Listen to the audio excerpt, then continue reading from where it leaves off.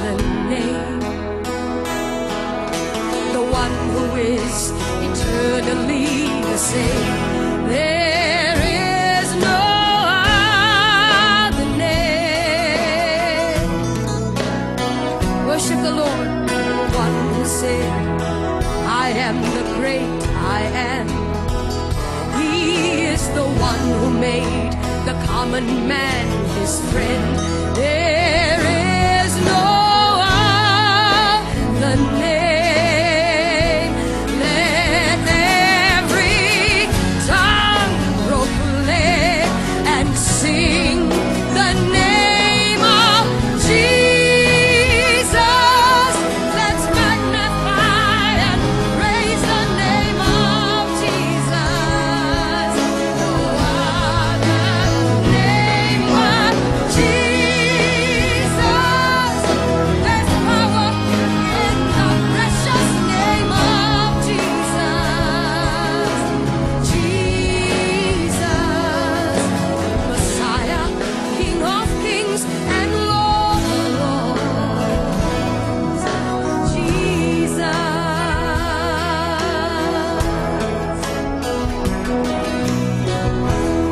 I was not born in a Pentecostal Christian family church. I was born in an Orthodox priesthood Hindu family. I was born in a Hindu family to Brahmin priests. My grandfather, my great-grandfather, and my great-great-grandfather were Hindu priests. It was unthinkable and offensive for a daughter of a granddaughter of a priest to come away from that system.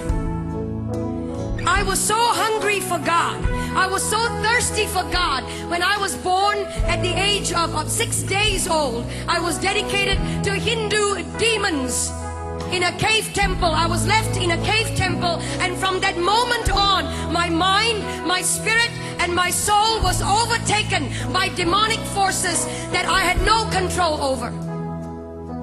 I could not control these forces. They controlled me. Every decision I made, everything I became.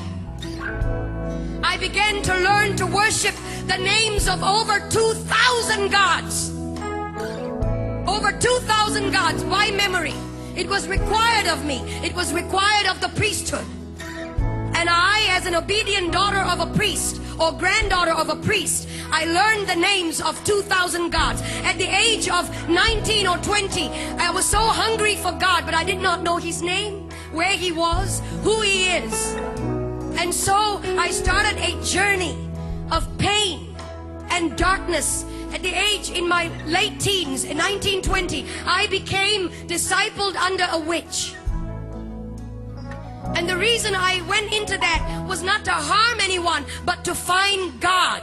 Any which way at all. When you're hungry, you get desperate. And when you're desperate, you will do anything to find God.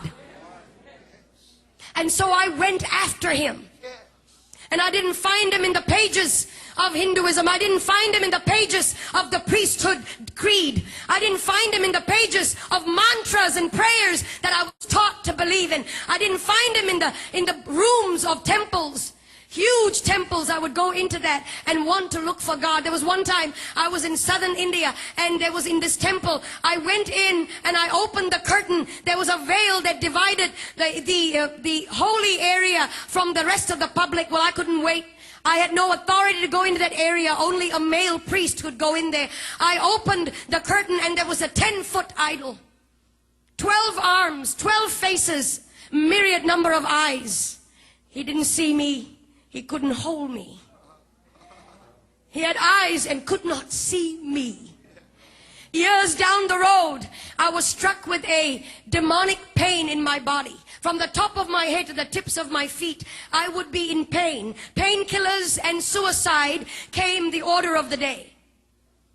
I took painkillers every day, more than the required dose, just to knock myself out. And in my mind, it was one thought: if I ended my life, I would end the pain. And so I was sitting at the edge of my bed, possibly on the last day of my life on this planet. Sometimes, when it all looks lonely, you feel that nobody really cares. Hear me, young people. He's watching over you. He's watching over you. And it may not be tangible, but He's over you. And He loves you. And He'll come through for you if you would just focus on Him and let the other stuff go. And I was sitting at the edge of my bed, frustrated, fed up. And I cried out, like you have cried out, Jesus! I'd heard of that name when I was growing up. Christmas cards, Christian people that would come to my door and tell me He died for you. And I would resist them and argue with them, proud and arrogant of the priesthood that I belonged to, ignorant. And when I cried out, Jesus, the presence of a holy God began to filter through that room.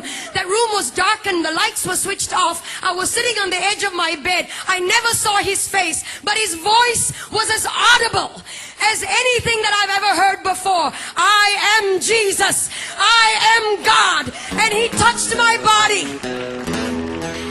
No doctor could cure the disease that was in my body. No doctor could heal me. Young men, no doctor could provide the answers. Nothing out there can.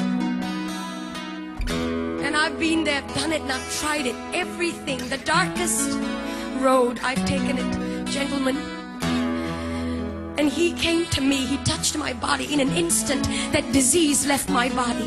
In an instant, I was healed. I began to feel His power and His presence course through my body.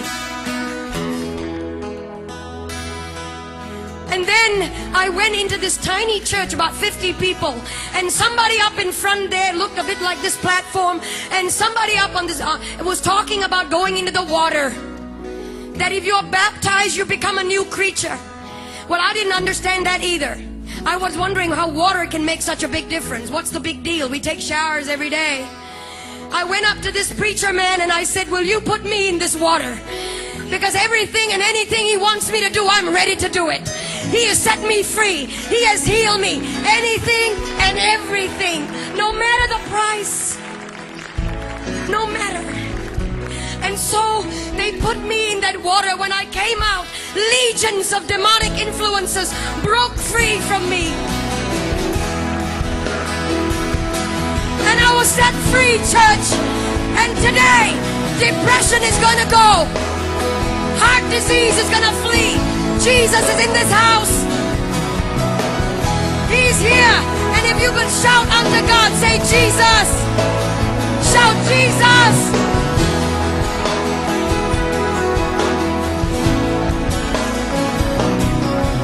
He's the one who said, I am the great